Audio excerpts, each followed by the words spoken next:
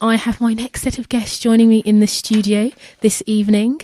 And with me, I have Laura Henry, who is the Managing Director of the Childcare Consultancy, and she's also recognised as a leading authority on early years provision. And also I have John Adams, who's a Croydon-based father who also runs dadbloguk.com, where he writes about all aspects of parenting from the dad's perspective. Good evening. Good evening. Good evening. Thank you so much for joining us this evening. Now, the reason why I've invited you both into the studio today is that there's lots of changes coming up in relation to childcare and nursery provision.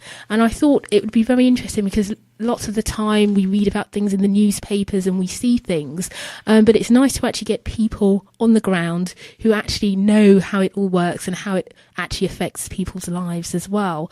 So it is a delight to have you here with me in the studio. One of the things that I wanted to discuss first is the proposed changes to nursery provision, specifically around increasing the number of children who can be supervised in groups in nurseries. Now, this particular piece of legislation that will come out is being brought out by the Children's Minister, Liz Truss.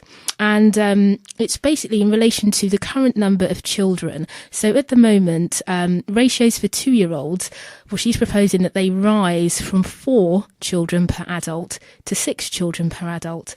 And for under ones, or for ones and under, I should say, to rise from 3 children per adult to 4 children per adult. So in essence, the number of children that adults can supervise will increase. And I really wanted to get your perspective on this and whether you think that's a good thing. So we'll start off with yourself, Laura. Interesting question, because since the proposals came out on January the 29th, the sector has been in uproar about it, from nursery owners to nursery nurses, academics and researchers. I believe that I don't understand where Elizabeth Truss is actually coming from with this proposal. She only went over to France and observed their quality of care in one day and came back and said, this is what we're going to be doing now in the UK, without talking to the sector directly. And on the back of Elizabeth Truss actually saying that she's going to increase the ratios, there's another proposal which is going to change the qualifications. So we'll be having more graduate-led practitioners who care for children. Even though these practitioners and teachers, etc., will have an increase in their qualifications, it'll be a graduate-led workforce, they will still only have one pair of hands to look after the young children. I go across the UK and I travel overseas, and my overseas colleagues actually clap hands and bow down and say to us, myself personally, what you're doing in the UK is fabulous with regards to ratios. And now it seems that we're going backwards instead of maintaining that level of quality. And I do believe that there will be a tragic accident that actually happens within an early years establishment if these ratios go ahead. And since January, there are actually 3 petitions that are live, and currently they have close to about 80,000 signatures against the proposed changes. Well, we know that a survey's been conducted, and 95% of nursery, local authority and managerial staff working in childcare are actually concerned about the increase in ratios.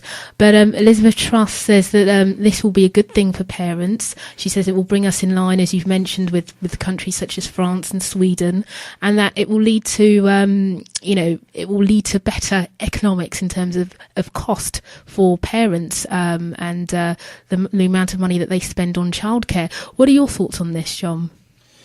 Well, I think the first point I would make is that I've not actually spoken to a parent who agrees with these proposals, and I'd agree with a lot of what Laura said. And just from a personal perspective, I know full well that my daughter, under the with the current childcare provision, once managed to take a pair of scissors to another child's hair, while she was being looked after in nursery.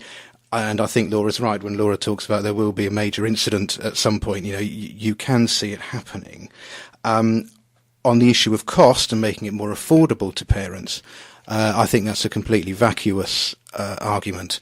If you look at the costs for childcare in the area we're in here, in sort of southern Greater London and East Surrey, you're talking sort of £50 a day roughly for childcare, and it would be an exceedingly benevolent childcare provider who will slash their costs just because they can allow one or two more children under the care of their staff. I mean, I just cannot see it happening. And also to add to that, I believe that Professor Kathy Nutt-Brown, who is actually advising the government on these plans, she's actually said that they are nonsense. And she said that vulnerable young children will suffer as a result of the minister's plans to reform this childcare provision. So both of you are against this, then, I think it's fair to say. And Laura, Yes. as a someone that's working in the profession, I mean, were you consulted at all, and did you provide some feedback? Initially, with regards to Kathy Nutt-Brown, her proposal came out last year with childcare review against qualification, so I consulted with regards to that. But the current government proposal I haven't done. I've only given feedback with regards to the consultation online. And I've also, I wrote a letter for parents, and that's online. And so far, I believe about 3,000 parents have had a look at that, and it's been circulated on a national level against the actual proposals. There's nobody I know in terms of to echo what John's saying and what you was actually saying as well, agrees with this, only a small percent. And if it does go ahead, a lot of my clients who own nurseries will not be implementing these proposals. And with regards to the costing of it, there's no way that Elizabeth Truss is actually saying it will reduce the cost to parents. It will not reduce the cost to parents. Just to be sure about that, it will not. So we don't know where her stance is coming from with regards to this. Okay. And in relation to, because you mentioned, graduates into the profession, but one of the things that she wanted to do was also to make sure that childcare professionals have GCSE grade 2 or above in English and maths. And in terms of, childcare provision is not just about caring for the child and keeping them safe, in terms of her wanting people to have GCSE maths and English, do you think that's something that's necessary or not? I can see where she's coming from with that, because a lot of the colleagues who work within nurseries, they have to do written observations on children to monitor their growth and development, etc.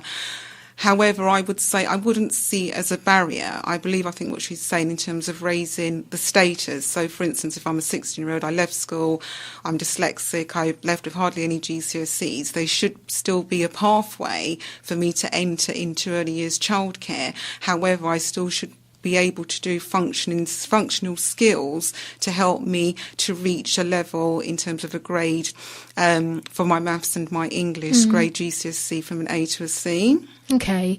And something in relation to childcare, because we see that it's a predominantly female profession, if you like, and I'd quite like to get your perspective on this, John, because you're obviously a father, you're the primary carer for your children. What are your thoughts on the fact that there are not enough men, perhaps, in working in childcare industry? That's a great question, actually, because while researching for this interview, I stumbled across a report from the Daycare Trust, which they published in 2007, which found that only 2% of people working in childcare are actually male, and that's an issue that goes from nurseries and preschools right up into primary schools. And one of the things that keeps men away or doesn't appeal to men is low pay and the low status of the work. And there is a theory that actually by professionalising the profession, by making people more qualified, it will actually appeal to men, and you'll get more men into the actual workforce. And another point that the Daycare Trust found